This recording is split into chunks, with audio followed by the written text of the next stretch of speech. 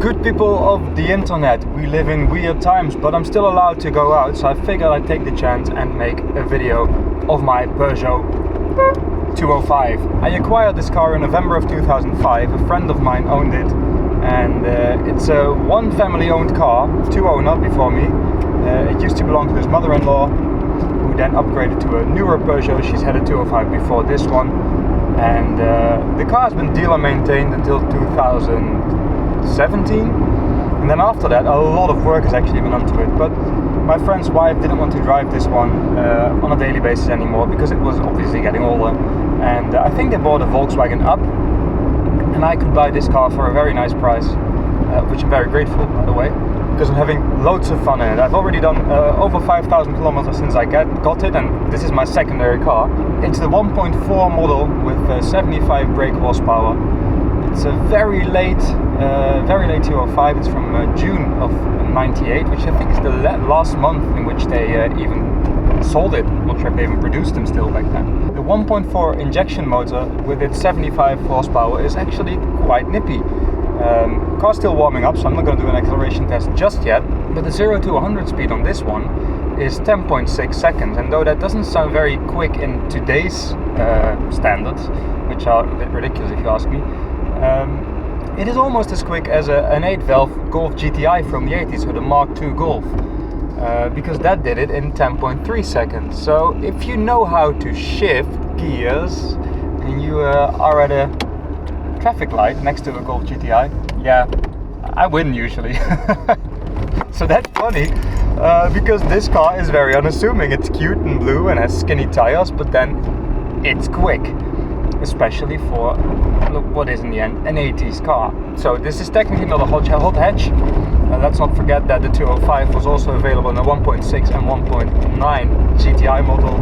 These are just rockets, but it's a very nice little runabout that is much quicker than you think. Even at highway speeds it performs really well. Has to be said though, it is quite noisy at the highway. We don't have a rev counter, but I can estimate that it gets up to 4,000 RPM when doing 120, 130 kilometers an hour. So it leaves you desiring a sixth gear. It is French though, so I'm driving these cobblestone streets now, and it is remarkably comfortable. The rattles you heard actually came from my sunglasses, because this car was beautifully maintained, and there's virtually no rattles, especially for a 205. That is very rare. This 205 is one of the Génération series, which I think is the last series Peugeot did, and it has some creature comforts, even though it is still very much an 80s design car. It has, for instance, electric windows, as you can see. I'm only gonna do this one because that one is holding a camera. Someone put the switch back upside down, so if I want to lower that window, I actually have to press the switch for putting that window up. So that's confusing in the beginning. I still have to fix it. It's a really easy fix, but I just haven't gotten to it, and you do get used to it. This 205 has a 5-speed gearbox, which is really nice and light to use, and the clutch is very light as well, so you can do some really smooth gear shifts, as you can see. Going to third, going to fourth, going to fifth. There's nothing really noticeable except for the car making more and less noise. It's a pleasant gearbox to work with, although not everyone likes French gearboxes. I do. It's a typical 205 gearbox, loads of movement, and it doesn't have a very distinct click, but somehow you always get the gears right, so that's okay in my book. The car also has central locking, which is slightly confused sometimes. It works now, but sometimes it randomly opens and closes, and it's a bit off. It's typically French, obviously, having slightly wonky electronics. Speaking of wonky, this car definitely has some wonky French stuff going on. We already talked about the windows, and then there's the central locking that's sometimes losing it. It even has a remote, by the way, really funny, infrared. You have to point it quite precisely. But then there's also the rear screen wash that actually washes the inside of the screen. That's interesting. And when I got this car, the speakers front and back were out of phase. Not a big deal. Obviously not the fault of Peugeot, because there were new speakers mounted in this car, which is a pity, because the original Philips speakers that these cars come with sound really good, and though they were replaced by JBL GTOs, I can actually tell that the speakers in the rear, which are still the originals, which are the same ones as the front, are quite a bit better. So I'm actually going to try to find a pair of original front speakers. The reason they are replaced is that moisture gets in the front doors. There's no speakers in the rear doors. They are in the seat pedals. So the speakers just deteriorate. They start to rot and they have to be replaced. I did mount a new Pioneer radio, well, an old Pioneer radio, but a different Pioneer radio, because I like Pioneer radios, and this is a really nice one to work with. The position of the radio itself is a bit off. You have to lean forwards way too far to control it. Try to go through your library on your USB stick on a radio like this. It's actually quite distracting, so I try to do that as little as possible. Here's some nice corners coming up, but of course I'm behind two cyclists.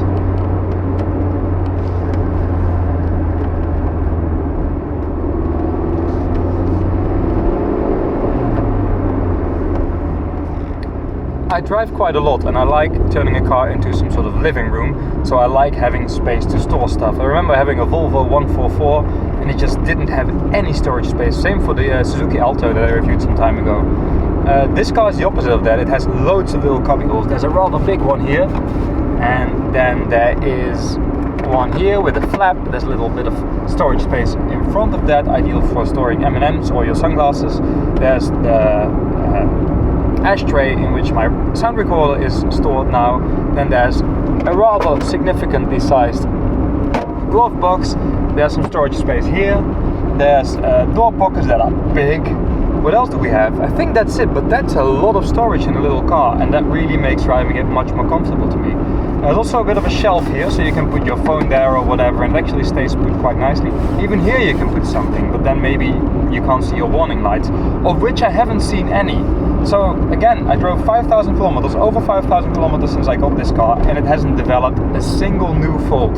Everything it did, it already had, and it's all things that don't influence the driving. It's very obvious that this car was super well maintained, and if you see the bills that came with it, that's very obvious too, so I'll try to do the same. But right now there's nothing to do. It's on 4 new Michelin tires, it's had all its services, all of the shocks are great, the exhaust is great, it doesn't use oil, it doesn't leak coolant, there's just nothing wrong with this car except for the tiny little electrical gremlins, which are actually kind of funny. So this is not my first 205, it's actually my third 205. The first one was my first car that I had back in 2003, 2002 even, but I never drove it because the car was gone before I got my driver's license. Then in 2012 I had a second 205, another Génération. I bought that because I needed a slightly lighter, more economical car, because I just bought a house and I wasn't sure how expensive life was going to be, so I figured I'd get a small car. And now this one, but I didn't really need this one because I still have the Volvo 440 that's in a review some time ago. There's also a review of that done by Hubnut, check it out, great channel anyway. And yeah, so I just didn't need this thing, but they made me an offer I couldn't resist, and I had to say yes, and so far I haven't been sorry. In the beginning I felt like, what am I doing? You don't have the financial space for a second car, but oh my god, it's so much fun. And that's actually the reason I keep coming back to 205s. They are such fun cars to drive. They are light, they are nimble, they are still very comfortable and practical. Actually, space in this car is not bad. There's a lot of space to sit in it. You can relatively comfortably fit 4 passengers, well, 3 passengers and yourself. And the boot space is not bad either, especially if you fold the seats flat and take the rear shelf out. There's quite a lot of space there because it's a very square shape, and let's be honest, there's not a lot of safety, so thin walls, if you know what I mean. And also, I just communicate with 205s. There's something about these cars that works for me. I love the non-power assisted steering. It's light enough and there's so much feel to it compared to modern day cars. The seats are nice for a small car. They are definitely better than what you would get from for instance, a Japanese car from this price range and era.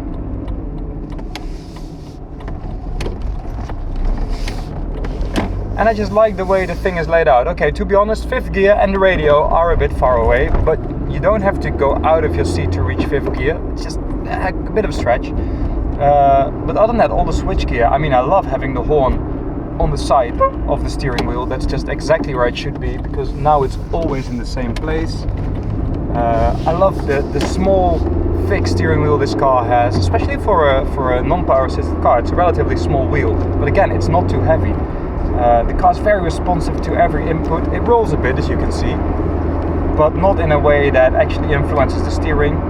The stalks just feel nice. It's exactly what you want from a small runabout car. It's simple, it's functional, and it falls easy to hand. So you have your fan here. You can even tell the system how much outside air you want to let in. If that works, it doesn't. And obviously there's all the vents that you can move about in all of the directions. There's 4 in total, and then 2 little ones on top that sort of demist your windows. Demisting works really well in this car actually.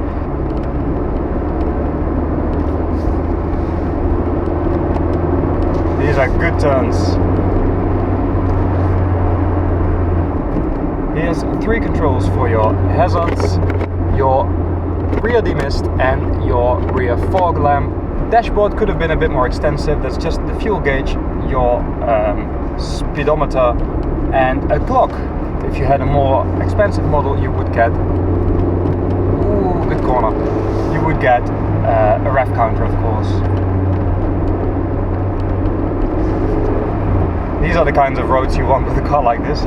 Some bendy action, smooth surfaces and bendy action. That said, it's a French car, so even without smooth surfaces, it's just a really pleasant car to drive. Other controls, well, there's light height adjustment. Wow, I wanted to say ride height adjustment, that would be fancy. Light height adjustment, which you will need, because if you load this car up, the lights will actually shine straight to the heavens and everyone will be flashing at you. So it's a good thing you can adjust them. Mirrors are manually controlled from the inside of the car, very direct, always works fine. None of these weird rubbery things, it's just a plastic grab handle on a metal bar that's directly attached to the mirror. So this car has some rally pedigree, and you can tell it's a very balanced chassis. It's definitely understeered if you push it, especially on wet roads. It does have some lift-off oversteer, so be careful on slippery surfaces, don't let go all of a sudden. Generally it's a really balanced, slightly understeered, typically small front-wheel drive chassis. Even though the thin doors give away that it's a very old or aging rather car, there's no denying that the interior actually holds up quite nicely. It doesn't look too old-fashioned. Even the typically 90s artwork on this one looks quite cute. It's not completely, you know, if you get a Japanese car, you're like, oh my god, it's so 90s, it's grey with yellow and green, and this is blue with some fresh colors. It still looks really nice as well. I think they did a good job on this interior, especially considering the age of the car. I think they started doing these in the mid-90s until 1998, these Génération models. And yeah, they do hold up very nicely compared to the competition. Let's do a little acceleration test. Can't do very much.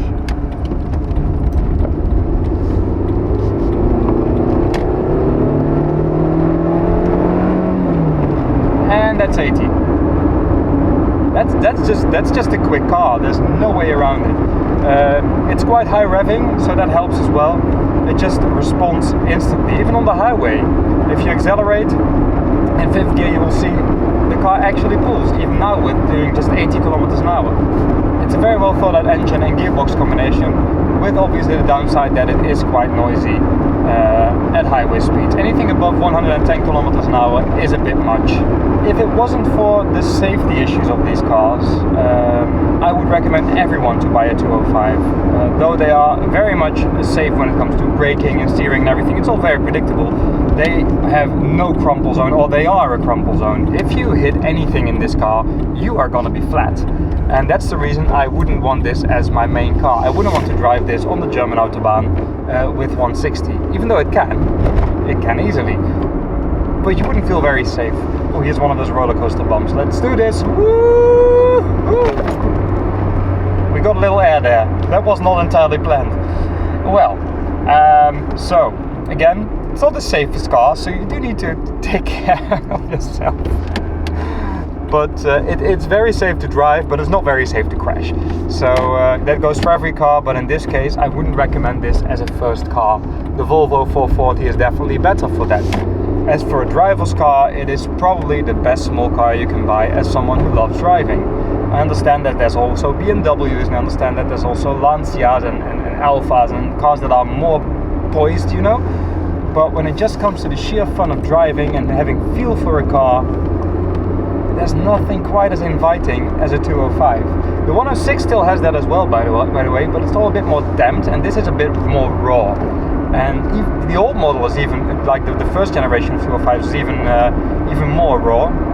But it's also a bit more wallowy. This is a bit tighter. It's definitely a slightly more modern car. I couldn't choose which one I like best. I love them both. But it's definitely a safer bet to buy one of these because they are actually quite reliable.